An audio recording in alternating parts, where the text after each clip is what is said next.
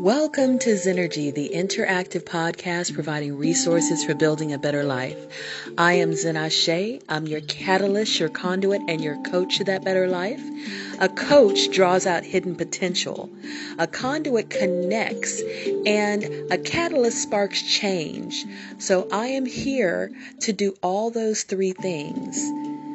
And to take you on a journey through the ABCs of Zen. Every week we'll be focusing on a different word, and we'll be looking at tools and food for thought so that you can incorporate those principles into your life and actually improve the quality of your life. Join me and subscribe to Zynergy today. Hey everyone, I thought I would do an episode on drainage dysfunction and kind of drainage pathways, because this is something that kind of newly introduced to, and I did take like a free, it was a free 2 or 3 day kind of course on it, but it's something that someone brought up that I thought was interesting. I don't really see many people talk about this or kind of mention it. It is connected a lot to detoxification, and I think in order to really kind of detox, you really need to open up these detox pathways. There's a number of different ones. There's the cells like the mitochondria. There's a bunch of organs and tissue, mostly like the skin, kidneys, and lungs. I would say even the gallbladder, the lymphatic system. The liver and the bile ducts, and also the colon. And they're all connected. There's some kind of simple fixes, and there's some kind of more advanced fixes you can also do. If your drainage pathways aren't really opened up really, then when you detox, you're just gonna get backed up, and you're gonna recirculate whatever you're trying to detox. Which could be a number of different things, biotoxins such as mold, different kinds of mold, heavy metals. If you're killing off stuff, that's gonna have a lot of die-offs and stuff, and it's going to have a lot of inflammation and stuff like that. Then you want to detox.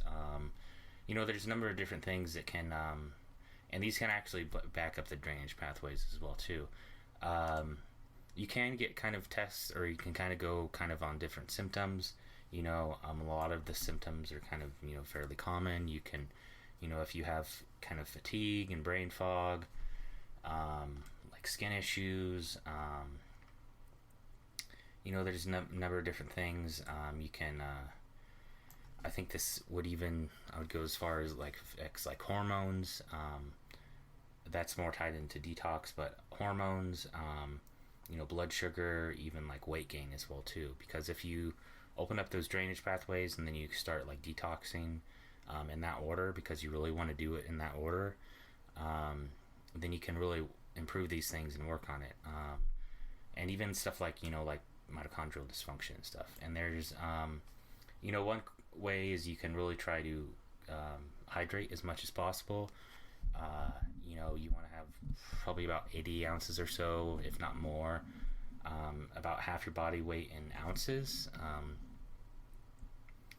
That's kind of a good kind of general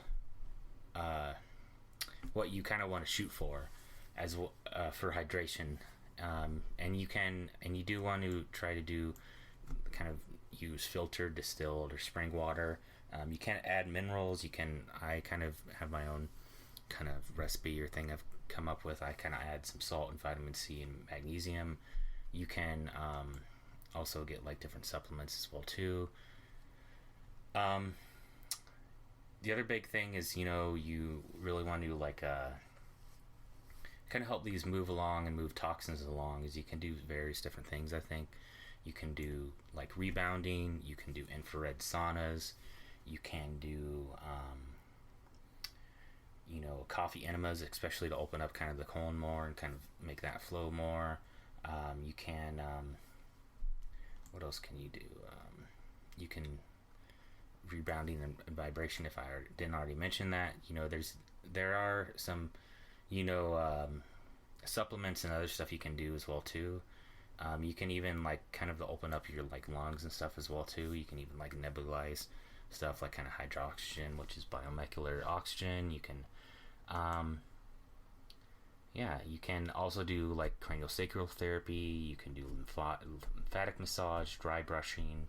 Um, you know, and you really want to kind of open up these pathways as much as you can. And when you do these, you can start like using binders as well too to kind of help with the detox and kind of work on that.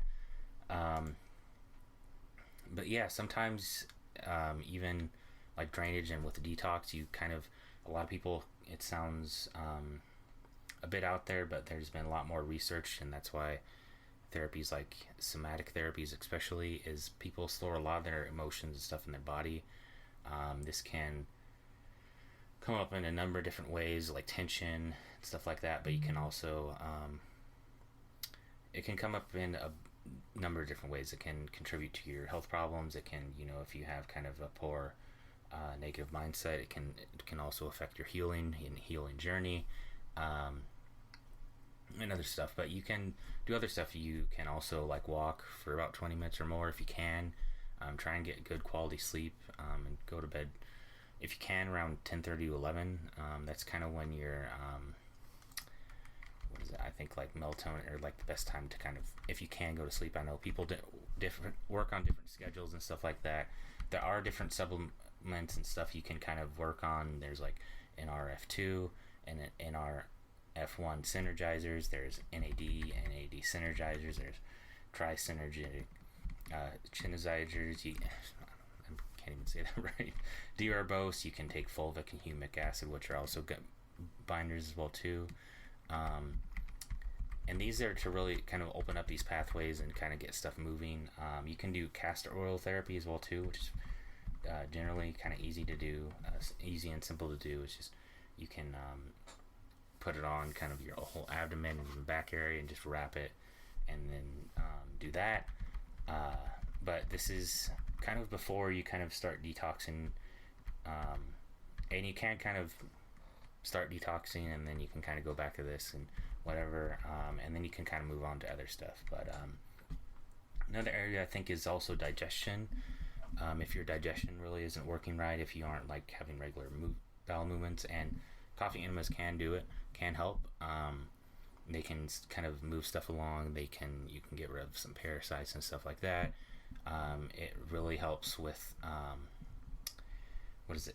increasing glutathione naturally, as well as moving stuff through the bile duct, especially if it's done correctly.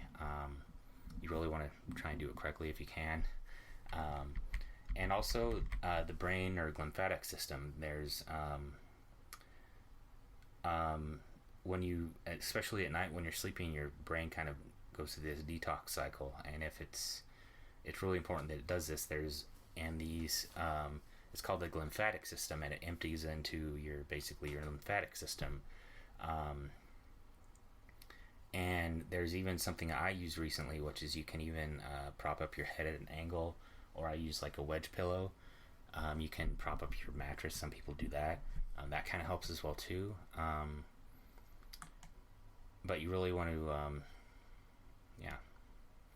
especially the brain and lymphatic system, because especially this can help, especially kind of with brain fog and fatigue, and kind of work on that stuff. That's about it. Also red light therapy. That's another thing. I'm looking over some notes, kind of some stuff I've taken on it. Red light therapy can be really helpful. It can, especially when you kind of expose your skin to it. It can help with kind of mitochondrial function. It can help with collagen and other thing as well too. But yeah, open up those pathways, drainage pathways, all the different pathways. And then when you start detoxing, they won't just get backed up, and then you can and then you can actually get those toxins out and stuff like that.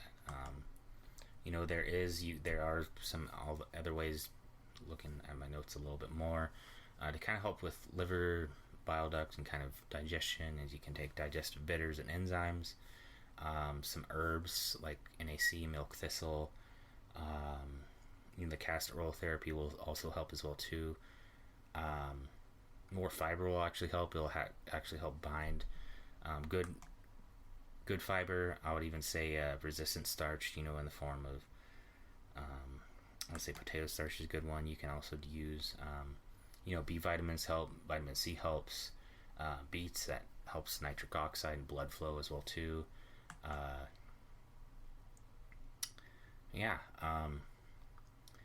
Because there's a lot of toxins and stuff, and I think it really, if your body isn't, if the drainage pathways aren't open and you're not detoxing, and your body is, there's toxic load, overload, fairly common, especially if you're experiencing a bunch of different issues. This can contribute to weight gain, hormone issues like fatigue and brain fog, especially if there's a lot of stuff that your body's kind of handling at the same time. If it's like a combination of things like chemicals, anything from like NSAIDs, there's PFOA, PFOS, the glyphosate, heavy metals, there can also be parasites and stealth pathogens, viral infections, retroviral. There can be a ton of different things. There's a lot of different chemicals that can affect your hormones and can affect, really like throw off your body, that are pretty common in a lot of personal care products. You really have to kind of look for kind of natural alternatives or solutions, because they can really build up in your body, and a lot of people have methylation defects, so it kind of overwhelms the body, and it can contribute and also cause a bunch of different issues and symptoms, and whether it be fibromyalgia, chronic fatigue syndrome, Lyme disease, a number of different issues. And you really need to work on the kind of drainage, and then work on more on the detox. But yeah, that's about it for this episode. Let me know what you guys think. I'm trying to get on more guests. Also trying to get on a few podcasts myself as well too. And I'll see you later. Have a good week. Have a good day, life, etc.